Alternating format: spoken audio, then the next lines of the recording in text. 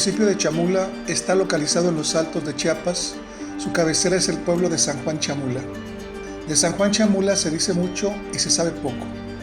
Persecuciones religiosas, machismo, juicios sumarios y trueque son algunas de las prácticas que quizás salgan a la luz al investigar un poco sobre esta población tzotzil, que ejerce autoridad con base en el sistema de usos y costumbres, una práctica de autonomía aplicada por muchos pueblos indígenas en México. Justo frente de la plaza principal, la iglesia de San Juan Bautista se alza como uno de los símbolos más representativos del sincretismo que se vive en el estado. Los que han ido a este lugar normalmente lo catalogan como una experiencia interesante, y los que no, solo pueden darse una idea gracias a testimonios e historias ajenas. Las fotografías en el interior están estrictamente prohibidas e incluso se recomienda guardar la cámara para evitar molestias por parte de los guardias. No importa que esté apagada. Todo está vigilado por los mayoles o policías que portan un chuc, cotón de lana gruesa blanco y un marro de madera dura como el fierro. La única práctica católica que se lleva a cabo en la iglesia es el bautizo.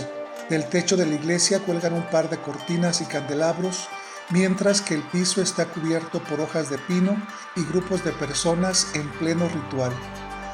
No hay bancas.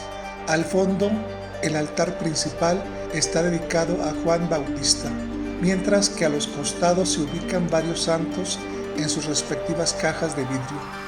Marta, Fátima, Pablo y Gerardo, todos lucen extra blancos y están decorados con listones de colores y espejos para protegerles el alma.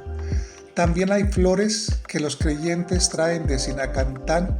Frente a cada santo hay mesas de madera cubiertas de veladoras que se utilizan para prender las ofrendas de los asistentes. Aquí vienen a rezar familias completas, parejas o gente sola, casi siempre acompañados por un santero, al que se le puede identificar por ser la persona que habla durante el ritual. Las ofrendas se dan en forma de velas y su acomodo y color dependen del propósito, a veces en fila y a veces en grupos de 3, a veces de colores variados y a veces todas negras, siempre pegadas al piso sin base. También es común ver botellas de Pox, Coca-Colas, huevos y gallinas que desafortunadamente casi siempre terminan sacrificadas. El acceso al interior de la iglesia está regulado y se debe pagar una cuota para entrar.